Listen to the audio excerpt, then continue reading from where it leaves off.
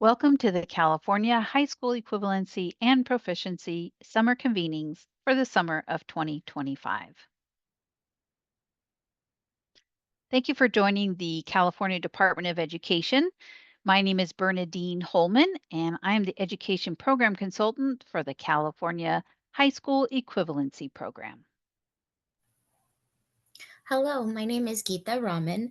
I'm the Education Program Consultant for the California Proficiency Program.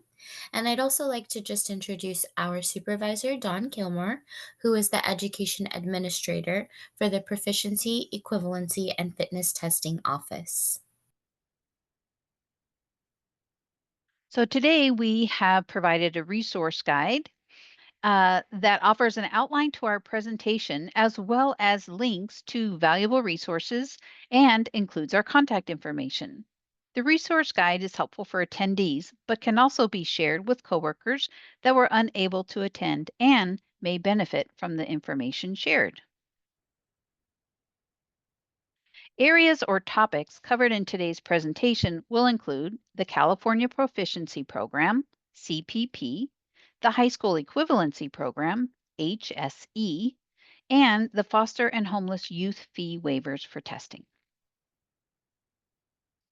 With today's learning objectives, we hope listeners will walk away with a better understanding after hearing this presentation of the differences between the CPP and the HSC programs, an understanding of how to use the 2024-25 PASSER data to make informed decisions for your test takers, understanding of how a CPP passer may earn their high school equivalency certificate, and an understanding of the options afforded to test takers after passing the CPP or the HSC, and an understanding of the homeless and foster youth fee waivers and how to apply. I'm going to start with the topic of our equivalency program. This umbrella is used to illustrate two different tests we use for the high school equivalency program. The GED exam has been around since 1940s, and the HiSET has operated in California since 2014. As you can imagine, the high school equivalency programs, including both GED and HiSET exams, have in the past and continue to be a huge success, making a difference in people's lives. To give a better idea of this past year's success, these numbers are for the fiscal year of July 21st, 2024 through June 30th, 2025. For the GED exam, the total number of candidates were 19,222. The number of tests taken were 57,768. The number of passers were 8,885, and the GED test takers made up 62% of the total equivalency test takers. For the HiSET exam, the total number of candidates were 11,726. The number of tests taken were 43,936. The number of passers were 4,874, and the HiSET test takers made up 38% of the total equivalency test takers. To continue with more detailed 2024-25 passing data by subject, the GED math, the passing rate was 78%, reading and writing was 84%, science was 92%, and social studies had an 89% passing rate. For HiSET, the math passing rate was 64%, reading was 66%, writing was 77%, science was 80%, and social studies was 83%. Now, let's talk about the eligibility criteria for the high school equivalency. These individuals who are eligible to take the high school equivalency are not currently enrolled in high school. This seems to be the most asked about eligibility requirement. Next, anyone 18 years of age or older, regardless of whether they are enrolled or not, or 17 years of age or under certain circumstances. For example, if someone is in a special credit recovery program or institutionalized in some manner. Links to these criteria are found in the note taking guide. The GED and HiSET exams are divided by subtests a little bit differently. The GED exam combines reading and writing into one subtest, resulting in 4 total subtests, while HiSET separates the reading and writing, resulting in 5 subtests. GED combines reading and writing, social studies, science, and math as their 4 subtests, and the 5 subtests for HiSET are reading, writing, social studies, science, and math. This next slide shows options for how the tests can be taken. GED and HiSET offer online testing from home or in person at a testing center. HiSET is the only vendor currently offering paper and pencil testing at selected testing centers. To find out what test centers offer paper and pencil, you can find that information by going to the Where Can I Test on the HiSET webpage or on the GED webpage to find an in person testing center, and both links are provided in the resource guide. After the individual decides which exam to take, they should know that the minimum passing scores are what they are for each of the vendor subtests. The HiSET requires at least a score of 8 on each of the 5 subtests, with a minimum total of 45. That means a student cannot simply get the minimum score of 8 on all 5 subtests, since that would only give them a total score of 40 and not the 45. The current GED testing series requires at least a score of 145 per subtest with a minimum total of 580. After passing the high school equivalency, it's good to know what the passer can expect. And of course, all of this information is found on each of the testing websites. GED passers will receive an email with links to download their e-transcript and e-certificate. However, to receive a paper copy, the passer will log in to their GED.com account and verify their mailing address before checking the box to obtain a free paper certificate. A paper transcript must be ordered separately. For HiSET passers, they will receive an email with a link to download electronic copies of both their transcript and certificate. These e-documents come with a security ribbon that will disappear if the document is tampered with or altered in any way. Additionally, paper copies of each HiSET document will automatically be sent to the mailing address on the HiSET account. Now, this next slide is information for those of you who work with candidates that have already passed their high school equivalency. When ordering reprints of documents, there are 2 exclusive ordering websites, the HiSET Parchment and the GED Parchment. They both are separate portals. We know of Parchment orders that have actually been canceled because the passer had tried to order a HiSET document through the GED Parchment portal, or vice versa. Something to be aware of and take note of. Also, each vendor has a distinct Parchment help desk phone number for inquiries. Orders cannot be placed over the phone. However, there are mail order forms for those who are not comfortable with online ordering. These links to the individual ordering web pages and customer service phone numbers can be found in the resource guide. Now, I'm going to hand it over to Geeta to inform you about the Proficiency Program. Thank you, Bernie, for that great information on the high school equivalency exam. I'm going to now jump into an overview of the California Proficiency Program, also known as the CPP. In order to understand the CPP fully, I wanted to give a brief history of the past. The CPP was formerly known as the California High School Proficiency Program, also known as the CHESP. It was established in the 70s by the California Education Code Section 48412 as a means to exempt students from attending compulsory education by taking an exam to demonstrate their proficiency in the core subjects of language arts and mathematics. The program was designed to assist students that were either excelling or struggling in high school, and they wanted to take the exam in order to exit and begin attending higher education or start their career. Prior to the summer of 2023, the CDE contracted with the Sacramento County Office of Education, known as SCOE, to administer the CHESP. The CHESP was offered at select testing windows through paper and pencil during a at select testing sites across California. The paper and pencil test that was used to administer the CHESP was the Stanford Achievement Test Series 10th edition, known as the SAT 10, which is no longer an efficient measurement of college and career readiness anchor standards.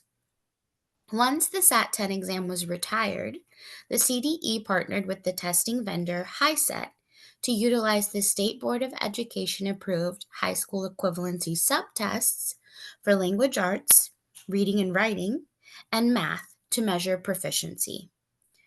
And that was a brief overview of the history of the California Proficiency Program. Now let's jump into the present program.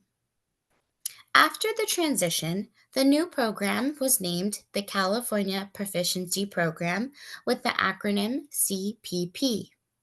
As I mentioned earlier, the CDE utilizes the high school equivalency vendor known as HiSET with their subtests for language arts, reading and writing, and mathematics to measure proficiency. Currently, HiSET is the only vendor that offers the CPP. We use a higher cut score to measure proficiency because these students are currently enrolled in high school and are receiving daily instruction. Therefore, they should be able to demonstrate their proficiency in the core subjects of language arts and mathematics. I'll go over the cut scores in more detail later on in the presentation. We utilized HiSET study on college and career readiness anchor standards to establish the cut score for the CPP. The CPP was designed for students that are either excelling or maybe they might be struggling in high school and would like to take the exam in order to exit and begin attending higher education or start their career. I'll go into more detail on eligibility as well later on in my presentation. People always ask, why would someone want to take the CPP? An example of the type of student that would take the CPP would be someone that is advanced in their studies and they don't feel challenged enough and would like to exit high school in order to begin attending higher education or start their career. Or it could be a student that is going through a difficult time and has to work extra hours to help provide for their family because their parent or guardian is sick and unable to. Therefore, they would take the CPP in order to exit and start working full time to begin their career. Or also, someone could be struggling with depression and anxiety due to bullying and would like to exit high school in order to begin attending higher education or start the career. There are many special cases and reasons why a student would want to take the CPP. Once a student takes and passes the CPP, they earn a certificate of proficiency, which is the legal equivalent to a California Board of Education issued high school diploma. The certificate of proficiency is accepted by California junior colleges, state universities, and the universities of California, as well as California employers and some branches of the military. Before taking the exam, we always recommend that students check with their prospective university, employer, or branch of military they are interested in applying for to ensure that the certificate of proficiency is accepted and that all required coursework has been completed. The CPP is for currently enrolled California high school students. They must be at least 16 years of age and currently enrolled in high school, or They could be enrolled in their second semester of 10th grade, or for students that have been enrolled in their second semester of 10th grade for 1 year or longer. And that just means that these students could be credit deficient and unable to promote. Those students are also eligible to take the CPP. The second part of the eligibility criteria that the CPP is a means for students to become exempt from attending compulsory education. So, students must be enrolled in a California public high school in order to qualify to take the CPP program. Or a student may have a work permit issued by the Department of Industrial Relations to work in California. Therefore, they may qualify to take the CPP exam. Or a student could be enrolled in a California private or homeschool, and they may qualify to take the CPP exam. For more detailed information, please read the eligibility criteria in the link that's provided through your resource guide. Now let's take a look at different testing options for the CPP. The CHESP is the exam that is no longer in effect, and the new exam, the CPP, allows our students to take the test 24/7, 365 days a year. They may choose to take the test at a testing center through paper and pencil or on the computer. Or and when they take it on the computer, it is online through live proctoring. Students must ensure they have a reliable internet connection and a room free of distractions in order to take the test online at home. The next benefit is that students may now take the CPP in Spanish or English. The third benefit is that students will now have fast and easy access to their test results through their MyHighSet CPP online profile. Preliminary results will be available electronically within 48 hours of testing. Now that we've discussed testing options, let's take a look at the passing scores. Passing scores for the CPP are higher than the high school equivalency because these test takers are currently enrolled in high school and are receiving daily instruction. Therefore, they should be able to demonstrate their proficiency in the subjects being tested. To meet the HiSET proficiency passing criteria, a candidate must score at least 15 out of 20 on each of the three subtests, which are mathematics, reading, and writing. And they must score at least 4 out of 5 on the writing subtest, which is an essay. They also must achieve a total scaled score on all three subtests of at least 45 out of 60. Students that pass the CPP earn a certificate of proficiency, which is the legal equivalent to a high school diploma issued by the State Board of Education. Upon passing the exam, there are three paths that are available to students.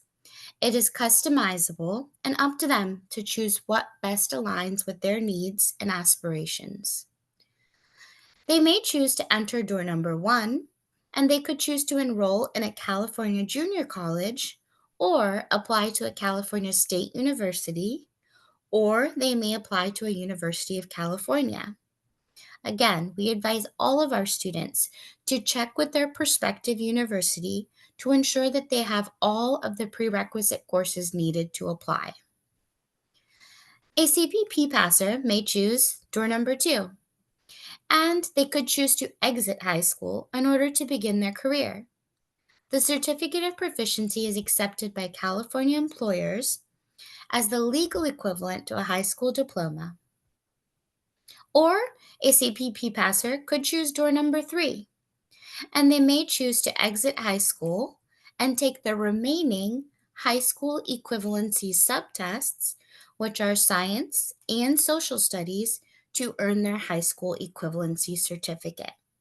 This opens up even more doors than the CPP alone because the HSC certificate is accepted across the country and internationally. In contrast, the certificate of proficiency is only sanctioned by a state law. and therefore state universities and employers are the only ones legally bound to accept it.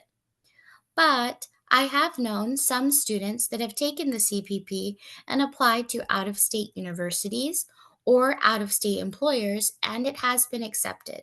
So, again, it's always the best idea to check with your prospective employer or university prior to taking the exam to make sure that it will be accepted.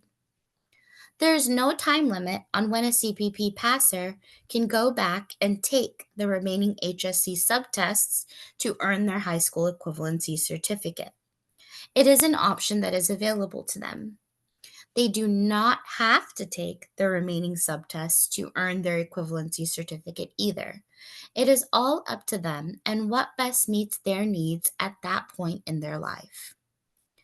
I also want to share that after passing the CPP, students do not have to exit high school. They can choose to remain in high school and attend junior college courses or work part time. Everything is up to the student and the parent. I'd like to go over some more opportunities for our CPP passers. Once a student takes the CPP and passes, they may apply for the FAFSA to receive financial aid. They may attend higher education or enter a trade school. They begin their career, or they could choose to take the HiSET equivalency to earn their high school equivalency certificate. I'd like to go over a little bit of the CPP passer data.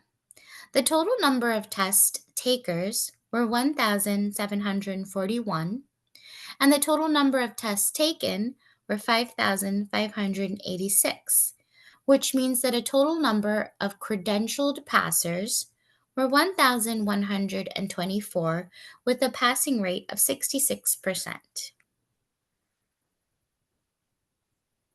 Let's take a look at CPP passer data by subject. For the math subtests, 1,268 of our students passed out of 1,513, which means that it was an 83% pass rate for that subtest.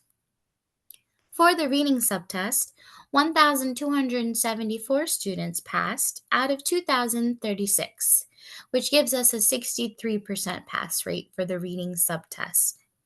For the writing subtest, we had 1,156 students that passed out of 2,037, which gives us a 57% pass rate. Now I'd like to take an opportunity to go over what is afforded to our homeless and foster youth students. If a student is under the age of 25 years old, they may qualify if they are or were a foster youth, or if they are currently a homeless youth, for a free waiver to take the CPP or the HSC. For more information on the criteria and how to apply, please take a look at your resource guides. Please take a look at how to follow us on Twitter, and also you may subscribe to the CDE Assessment Spotlight emails for updates on both of our programs. With that, we would like to thank you for listening to the convening presentation, and we hope to see you in person at the convenings.